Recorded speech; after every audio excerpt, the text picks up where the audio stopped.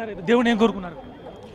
అది ఇక్కడ వచ్చిన పని మా బాబాయ్ ఇక్కడ పిఠాపురం నుంచి నుంచుంటున్నారు అండ్ అది చాలా మంచి విజన్తో బాబాయ్ గెలవాలి అండ్ బాబాయ్ అసలు పాలిటిక్స్ రావడానికి ఉద్దేశం మంచి చేద్దామని సో అలాంటి దానికి మేము అందరం ఒక కుటుంబ సభ్యులాగా బాబాయ్కి అండగా దేవుడు ఆశీస్సులు తీసుకోవడానికి ఇలా అమ్మవారి ఆశీస్సులు తీసుకోవడానికి రావడం జరిగింది. బాబాయ్ ఇలా కష్టపడుతుంటే మీకు ఏమనిపిస్తుంది? అసలు మామూలుగా ఆయన ఒక మెగా హీరో కదా, ఆయన ప్రజల కోసం ఇలా కష్టపడుతుంటే మీకు ఏమనిపిస్తుంది?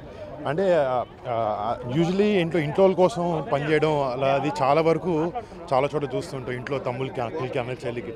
బట్ బయటకు వచ్చి ఇలా ప్రతి భారతదేశంలో అదే ఏదైతే కాన్స్టిట్యున్సీ ఉండే జనాలు కానీ మన ఆంధ్ర పిఠాపురంలో ఉండే ప్రజలు ప్రతి ఒక్కరు వాళ్ళ సొంత ఫ్యామిలీ అని అనుకుంటేనే ఇలా బయటకు వచ్చి ఎంతో డబ్బులున్న అవన్నీ వదిలేసుకుని వచ్చి ఇలా చేస్తున్నారు. అండ్ మేము చాలా గర్వపడుతుంటాం బాబాయ్ ఇలా వచ్చి ఇలా జనాలకి మంచి చేయాలని ఉద్దేశంతో ముందుకు రావడం చాలా ఆనందం. ర్యాలీ చూస్తే మొన్న మీకు ఏమనిపించింది? నామినేషన్ కోసం బయలుదేరిన ర్యాలీ చూస్తే మొత్తం 6 months క్లోజ్ అయిపోయిన పరిస్థితి ఏమనిపించింది? అది దద్దరు వెళ్ళిపోయింది.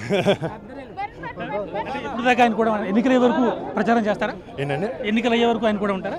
అదే నాకు యాక్చువల్లీ షూటింగ్ ఉంది, ఇప్పుడు ఉన్న 2-3 రోజులు ఇక్కడికి ఉండి బాబాయ్ అంటే ఇప్పుడు మేమేదో ప్రచారం సపోర్ట్ అని కాదు, ఒక బాబాయ్కి ఒక కొడుకులాగా మాకు వీలైనంత వరకు నేను మా కుటుంబ సభ్యులు ఎంతమంది ఉన్నామో అందరం టైం చూసుకుని టైం టేబుల్ ప్రకారంగా వచ్చి మా బాబాయ్కి మా సపోర్ట్ మా ప్రేమ మేము ఇలా చూపించదు.